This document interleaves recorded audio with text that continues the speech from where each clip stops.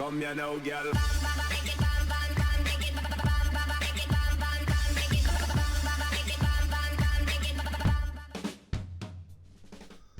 Hello and welcome to WhatsMap, your one-stop shop for everything workshop. I'm BonBonB and you're very, very welcome to the penultimate before the penultimate map. Is there such a thing as a double penultimate map? Yes, we're counting down the days to Cities Skylines 2. We have 3 more maps. This is one of those 3 maps. Otherwise there would be 4 more maps.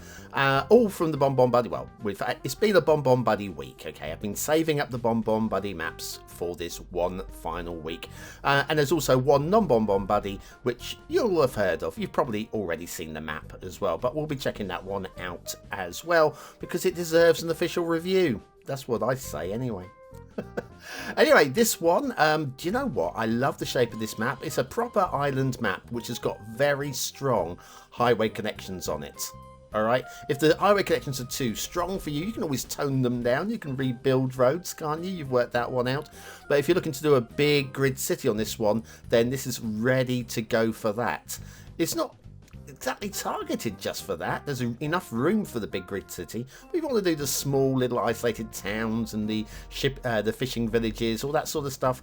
This would work on this map as well. It's kind of got both, but it is geared already in place for the big grid city if that's what you want to do, which is slightly unusual for an island map. Right, what else can I tell you? I can tell you that you look bored. Let me find you something to do.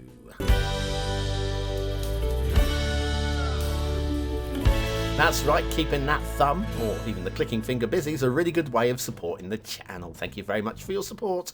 You guys are the very, very, very, very best. Okay, today we've got a map with a slightly silly name. It's Tuna Casserole by Stalker. It's a silly name. It's not really a silly map, although it has one or two slightly memey type things on it, which we will check as we see them. There's your start square, plenty of buildable space, and 2 sources of water, which we will explore later, because they are done very nicely.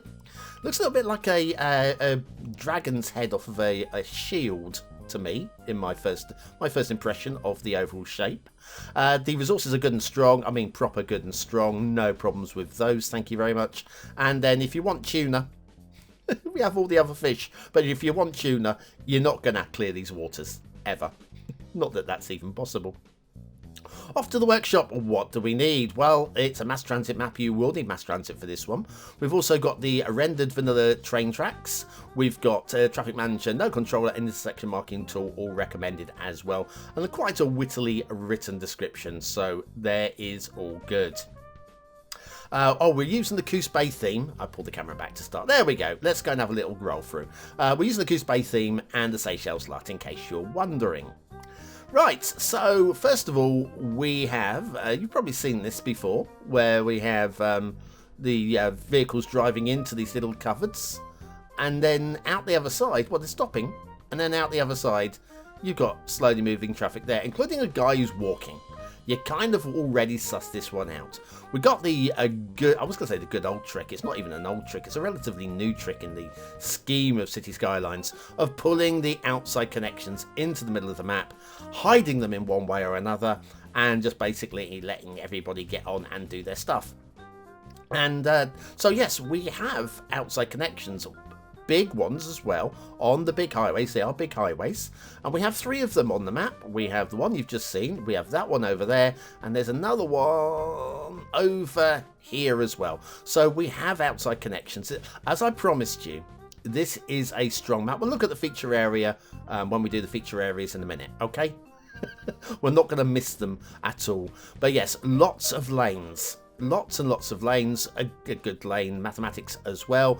I have no grumbles, nor would Biffa, I hope. Anyway, so yes, it's a map that I would say it kind of looks to me like you would do a more just a smaller town build on here. Dot a few small islands here and there. Not islands, towns and small towns and fishing villages. It's what the map kind of feels like, but these highways are geared for traffic, and in the middle of the map we have a lot of room for traffic. Not for traffic, for cities, for buildings.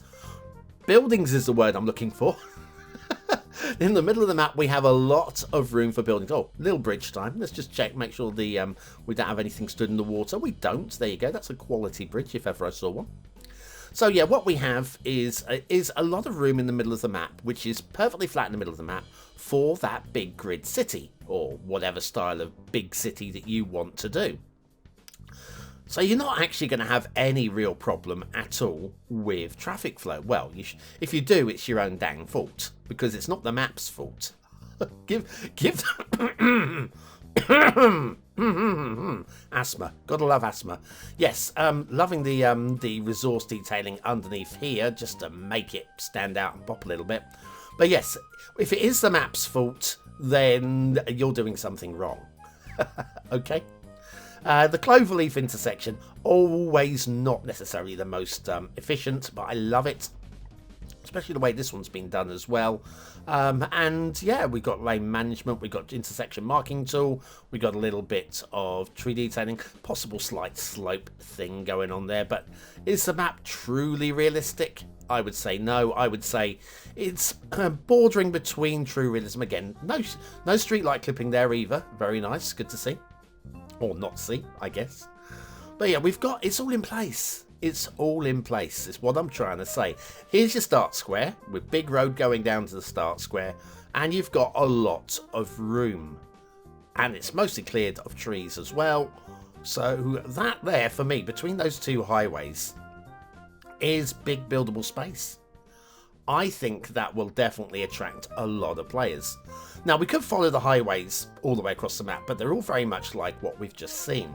So let's have a little look at the rail. Just a little look at the rail, okay? Because the rail does exactly what we've done with the highways. It does exactly what we've just seen, or exactly what you're about to see. Here's your fully rendered vanilla tunnels. You see right into there. Network extensions too for tunnels. Love them. Or for railways even. And then, where's the rail come out? Hang on. Oh, wait, it's over here. Found it. Panic over. You think I would know these things, wouldn't you? Anyway, down here, the rail continues. Now, the rail does continue quite a little way, okay, but it does stop on the island. We have that magical outside connection thing going on with the edge of map. Dragged in from the outside as well. By the way, please accept that this is a good quality rail line. Nice and flat. Tunnels are flat. Everything is elevated where it needs to be. It's very nice work. And then this comes down here to our destination, outside connection, with everybody's favourite factories. Bom, billion, bom, bom, bom. 1, 2, 3, three of them. Nice little shape going on there. I think that works very nicely. And also a couple of hidden tricks. Well, one of them you know already, the outside connection, which has been dragged into the inside. And that would be, we move one of these. There we go. And move this one. There you go. Outside connection hidden underneath there. There we go. But what are these bits of roads dragged in for? Well, let me show you. Let me show you. Let me pull the camera around to about here. Now, let's go into the clock and move things to night view. The street lights beautifully light up. That we have seen this before, okay, but this is a map where I'm able to showcase this because there aren't too many other, like, shall we say, next level trickery pokery type things. It's a good quality map, but it's not one. Monday's map was so busy I didn't have time to show everything. This is a map where I have plenty of time to be able to showcase just one or two extra little things, and I may miss something. I'm always going to miss something. A map's a big place. I'm fearing for Cities Skylines too, by the way. How big those maps are going to be, my goodness me. Anyway, so what do we have? We've got shipping routes. Let me have a little. Don't think we looked at the shipping routes yesterday, did we? Oh dear, I'm losing me touch. Right, okay. The ships spawn in these little natural harbour areas. Now, I've got to say that worries me a little bit. Shipping routes are fine. But having the ships spawn in natural harbour areas, if you want to put a harbour in those natural harbour areas, and to be fair, none of the natural harbour areas are the sort of harbour areas where you're going to want a big shipping hub like here. Would you want a shipping hub in there? Probably not, but you could. And by doing that, what you would do, I mean, possibly here, we're right by the outside connection for the rail. Possibly you might want to try and do something in there. Whether or not you could manage to do something with a big harbour area in there, I don't know, but possibly. But yeah, that worries me a little bit. By having a spawn point so close to the harbour, you might cause yourself a bit of shipping traffic chaos. I don't see it. It probably won't happen, but I would say, yeah, I would have gone with the edge of map, personally. Personally, I think. Right, okay, the terrain is, there's nothing stupidly lumpy here. Loving the Coos Bay theme, always have done. You know that. I'm a big fan. The trees, I'm loving the tree mix. I would say that it's a little bit spammy. I'm going to say only a little bit spammy, in that there are definitely variations. Like we've got more clusters in that non-buildable area, deeper clusters in these non-buildable areas. So there is that. There is definitely and we've also got them down here. We've got the water's edge. This isn't the end. We'll find somewhere. See if we can find anywhere else just like this. But yeah, there are definitely variations. I'm not saying there aren't variations, but it just feels like, here we go as well there, and there might be somewhere else. But yeah, the this island over here. There we go. But the varieties are the same more or less across the map. So it's good. It's not 5 stars for tree painting, but it's good, and I do like the variation that we've got going on. Here's your start square area and your center of the map. Look how flat and buildable this is. If this doesn't smell like big city chaos, I don't know what does. There are areas to look out for, like here we have like a little what's that, a valley? We'll go with word valley, and the resource painting there as well, just highlighting that it's a little bit darker down there where the water accrues. Detailing areas, we've got this little island with the essential lighthouse. Isn't it lovely? Look at what we've done to cover the yeah, see, it's not just a lighthouse, okay? And the vanilla pier appears. It does. There we go.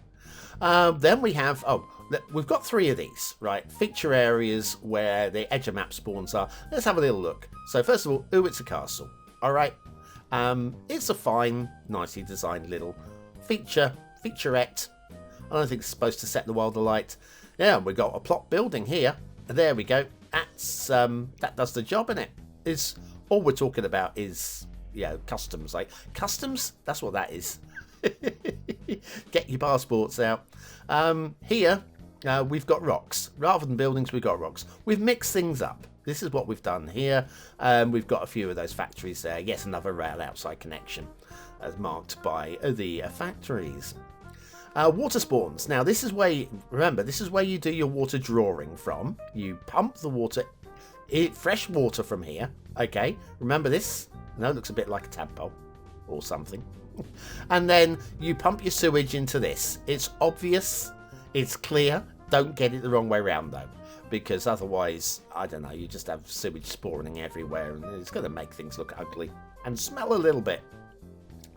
Right, so there you go, and they're both in the start square, which is a nice touch. Right, what more did we have? We will have a look at that Rocky Mountain area in a second. We've got islands dotted around the outside. They are all interesting and different shapes, and just rugged enough to be just something to think about, really. Oh, this one's got a building on it. Oh, is that a nod to Bonbon Island? Do you know what? It's about the right size, and it's interesting enough that I might want to live on it, and it's far enough away from the coast that I think, yeah, I'll take that one, Stalker. Thanks very much. And then if we head on over to here, and just another, this one has nothing on it. This one, oh, it's another essential lighthouse. Ah, isn't she lovely? Oh, look at this. That's half a point lost, isn't it? Well, maybe a quarter of a point. That's so clearly a quarter of a point lost off of detailing. A whole quarter of a point for one tree. I did say we'd have a look at that rocky outcrop. Here, is this the one? This is a different one. Now, I don't think they're hiding any gameplay mechanics. I think they're just being used for for like a detail area. If I've missed something here, Stalker, please let me know in the chat. I moved a few rocks. I didn't find anything unusual under there, but maybe there is. Maybe I've missed something. Is that supposed to be a tuna? I think it might be. Anyway, your chance to vote on the map. Is it a 1-star map? Is it a 5-star map? Is it somewhere in between? Your vote really does count. Wait, it doesn't. Not for this. We're doing it for fun. But I always say it, so I'm going to say it anyway. Because we would use it at the end of the month for the Viewers' Choice Top 10. We would. Do you like it? You know what I do? It's going to score well. It is. Okay, right, what do I give it? Aesthetically, I love the shape of the map. The map is a really strong shape. The Coos Bay theme really works on it. The tree painting, while a little bit spammy, is still an attractive tree mix. And everything just ticks the boxes for 4 stars. I can't go high. It'd be stupid to say I was going to go high. But a lowish 4 stars is still a good score. 4 stars is always the target. Detailing. Yeah, I mean, I was going to possibly edge towards the same sort of score. But yeah, we've got that tree. I can't drop it into 3 stars. I should, because I said a 1/4 of a point, didn't I?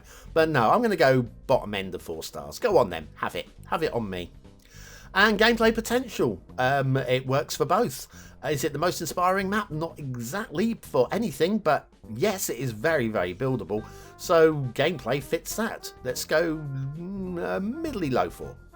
There we go, Tuna Casserole by Stalker. A strong map for both sorts of builds. Nothing to complain about, loads of tuna.